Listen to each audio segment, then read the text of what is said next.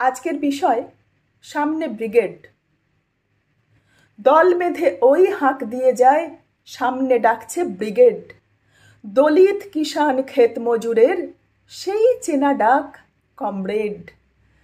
ফসলের দামে লাভের গুড়টা পিঁপড়ে দালাল খায়, দালালের পেটে লাথি ছুঁড়ে মেরে তোলাবাজি নেপো নেয়। শ্রমিকের ঘাম জামা শুষে নেয়, মালিক মুনাফা খোঁজে। ঘরে শিশু কাঁদে এক বেলা খেয়ে, সুখা স্তনে মুখ গুঁজে। বেকার যুবক শিক্ষাই বৃথা, ক্লাবে মদ গাঁজা তাস। শিক্ষা বিক্রি চাকরি বিক্রি, শাসকের দলদাস। ভোট কেনা বেচা তুখোড় শাসক, সুবোধ বালক জয়। চৌর্য বৃত্তি মিথ্যা বেশাতি, কত শয়তানি সয়।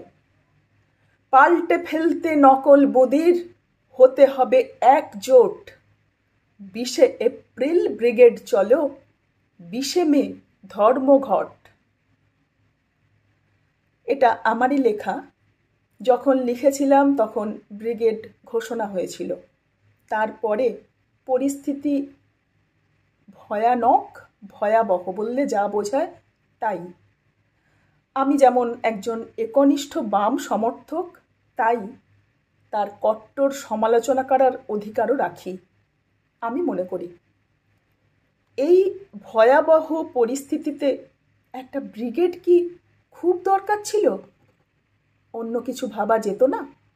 মানুষের পাশে দাঁড়াবার অন্য কোনো রাস্তা ছিল না?